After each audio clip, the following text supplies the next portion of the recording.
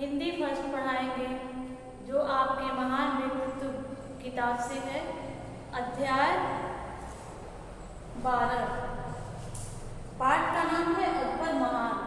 तो हम आइए पाठ 12 अकबर महान के बारे में संक्षिप्त में जान लेते हैं।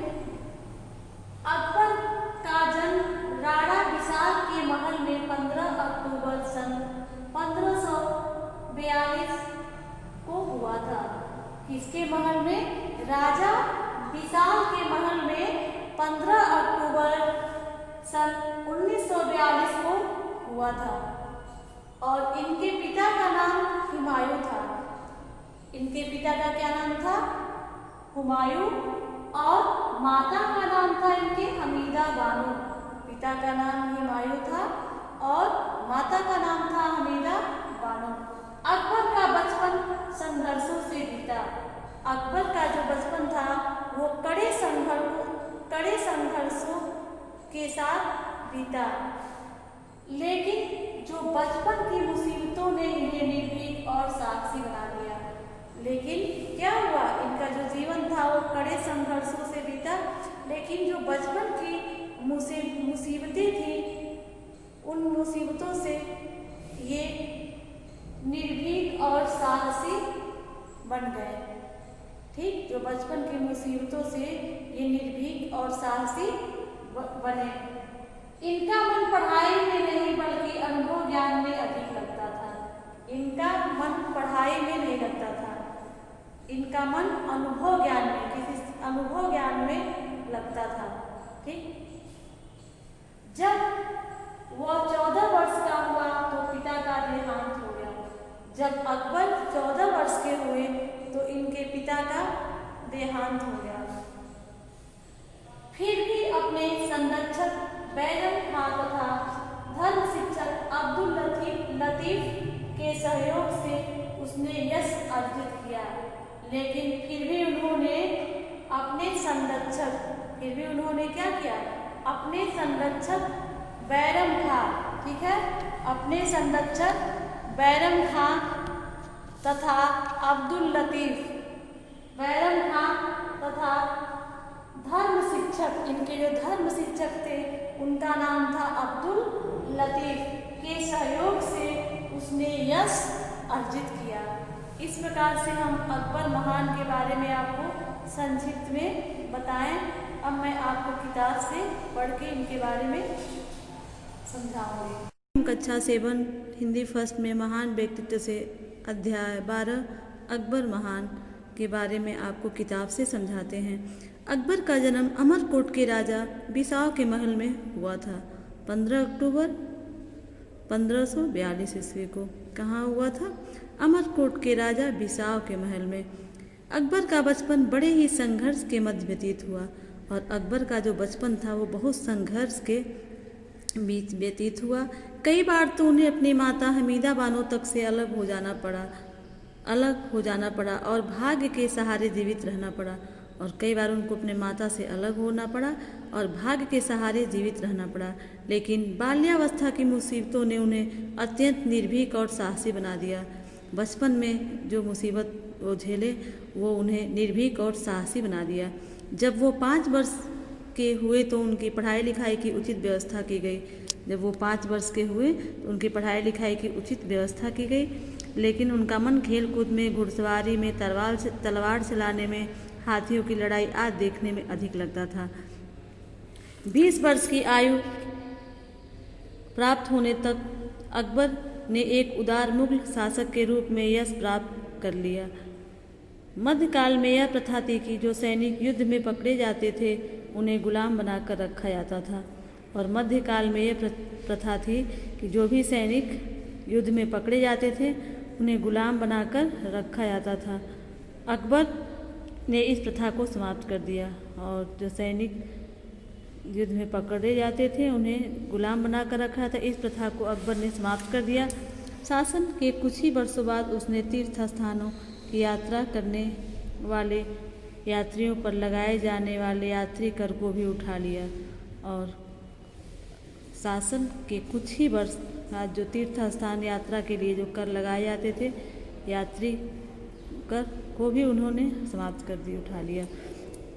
अकबर को अपनी प्रजा के मध्य विभिन्न संप्रदायों के मतभेद पसंद नहीं थे और अकबर को अपने प्रजा के मध्य जो विभिन्न संप्रदायों के मतभेद थे वो पसंद नहीं था।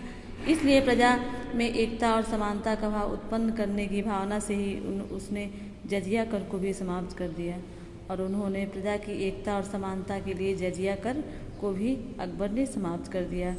यह कर सभी गैर मुसलमानों को अदा करनी पड़ती थी। जजिया कर सभी गैर मुसलमानों को अदा करनी पड़ती थी। अकबर धर्म के मामले में बहुत उदार था। उसने राज्य में अपने सभी धर्मों के लोगों को अपना अपना धर्म पालन करने की पूर्ण स्वतंत्रता दे रखी थी। वह देश में केवल राजनीतिक एकता ही नहीं स्थापित करना चाहता था बल्कि सांस्कृतिक एवं धार्मिक सद्भाव भी कायम करना चाहता था। वो राजनीतिक एकता ही नहीं स्थापित करना चाहता था बल्कि सांस्कृतिक एवं धार्मिक सद्भावना भी कायम करना चाहता था। इसी से प्रेरित होकर उसने दीन ए इलाही नामक एक नया धर्म चलाया और अकबर ने दीन ए इलाही नामक एक नया धर्म चलाया जिसमें सभी धर्मों की अच्छी बातों को ग्रहण किया गया था। और जिसमें क्या किया गया था? सभी धर्मों की अच्छी बातों को ग्रहण किया गया था। यह धर्म रूढ़िवादियों पर आधारित न होकर तर्क पर आधारित था। और ये रूढ़िवादियों पर आधारित मतलब जो पुरानी परंपरा बहुत दिन से चली आ रही है उस पर आधारित न होकर के ये तर्क पर आधारित था। उसका दरबार विद्वान और कलाकारों का केंद्र था और उसके दरबार में विद्वान कलाकार रहते थे, वो कलाकारों का केंद्र था।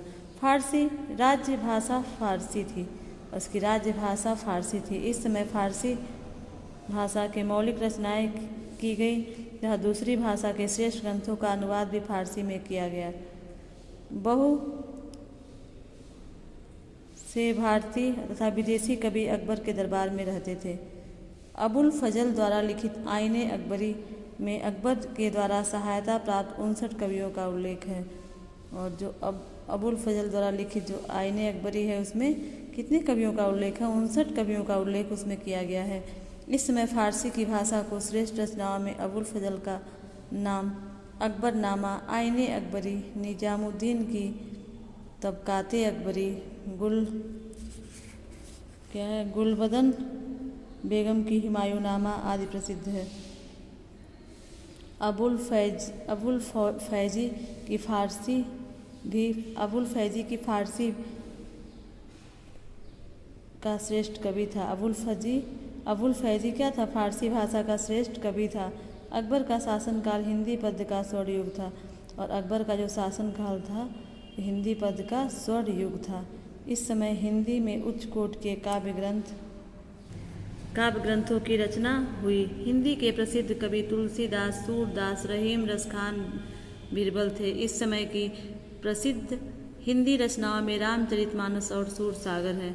कुछ मुसलमान कवियों में भी हिंदी काव्य रचनाएं की जिसमें रहीम, इसका वास्तविक नाम था अब्दुल रहीम खान, खाना का नाम सबसे ऊपर है, जो फारसी, अरबी, तुर्की और संस्कृत भाषा के विद्वान थे। दूसरे मुसलमान कवि रसखान थे।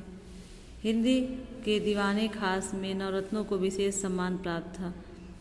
अकबर संगीत का अनन्य प्रेमी था। संगीत को संरक्षण प्रदान करने के कारण उसके समय में संगीत कला की आश्चर्यजनक उन्नति हुई। हिंदू और मुसलमानों का संगीत मिलकर एक बना आईने अकबरी में उसके दरबार में 36 श्रेष्ठ संगीतज्ञों के नाम दिए हुए हैं और आईने अकबरी में 36 श्रेष्ठ संगीतज्ञों के नाम दिए हुए हैं। अकबर स्वयं अच्छा गायक था। तानसेन उसके दरबार का श्रेष्ठ गायक था और अकबर के दरबार का तानसेन श्रेष्ठ गायक था। तानसेन ने कई नए रागों की सृष्टि की। दूसरा प्रसिद्ध गायक बैजू बाबरा। ऐसी किंवदंतियां हैं कि उसकी तानसेन के साथ संगीत की प्रतियोगिता हुई और उसने अपने गायन से तानसेन को परास्त कर दिया। संगीत की दो विभिन्न शैलियों को मिलाकर एक करने का तथा भारतीय राष्ट्रीय संगीत को जन्म देने का श्रेय अकबर को ही है। और भारतीय राष्ट्रीय संगीत को जन्म देने का श्रेय किसको है? अकबर को। अकबर ने स्थापत्य कला की भी नई शैलियों को जन्म दिया। उसने आगरा, इलाहाबाद, लाहौर में तीन मिसाल किले बनवाए। अकबर के समय की वास्तुकला का सबसे अच्छा नमूना उसकी नई राजधानी फतेहपुर सीकरी में निर्मित इमारतें हैं। मुगल स्थापत्य कला का प्रभाव देश के सभी तत्कालीन इमारतों पर पड़ा और मुगल स्थापत्य कला का प्रभाव देश के सभी तत्कालीन इमारतों पर पड़ा। अकबर के साम्राज्य में बड़े बड़े समृद्धिशाली नगर थे, जिनमें दिल्ली, आगरा, फतेहपुर सीकरी, अजमेर, लाहौर, मुल्तान, उज्जैन, बुरहानपुर, अहमदाबाद, बनारस, इलाहाबाद, पटना, हुगली, ढाका तथा चटगांव आदि विशेष प्रसिद्ध हैं। अकबर को चित्रकारी से भी बहुत प्रेम था। उसने दरबार में बहुत से योग्य और कुशल चित्रकार थे और अकबर के दरबार में बहुत से योग्य और कुशल चित्रकार थे। अकबर ऐसे उल्लेखनीय शासकों में एक है जिसे अपनी राष्ट्रीय भावना, धर्म, सहिष्णुता और अपने निपुण शासक में से भारत के इतिहास में एक विशेष स्थान प्राप्त किया है। विदेशी अताई तैमूर और चंगेज खां का वंशज था, किंतु उसने अपने को पूरी तरह भारतीय बना लिया और देश को सर्वांगीण विकास के कार्यों में उसी प्रकार दत्तचित्त हो कर लगा जैसे वह मूल रूप से भारतीय हो। भारत का इतिहास उसे अकबर महान के रूप में सदैव याद रखेगा। इस प्रकार बच्चों अकबर महान का पाठ समाप्त हुआ।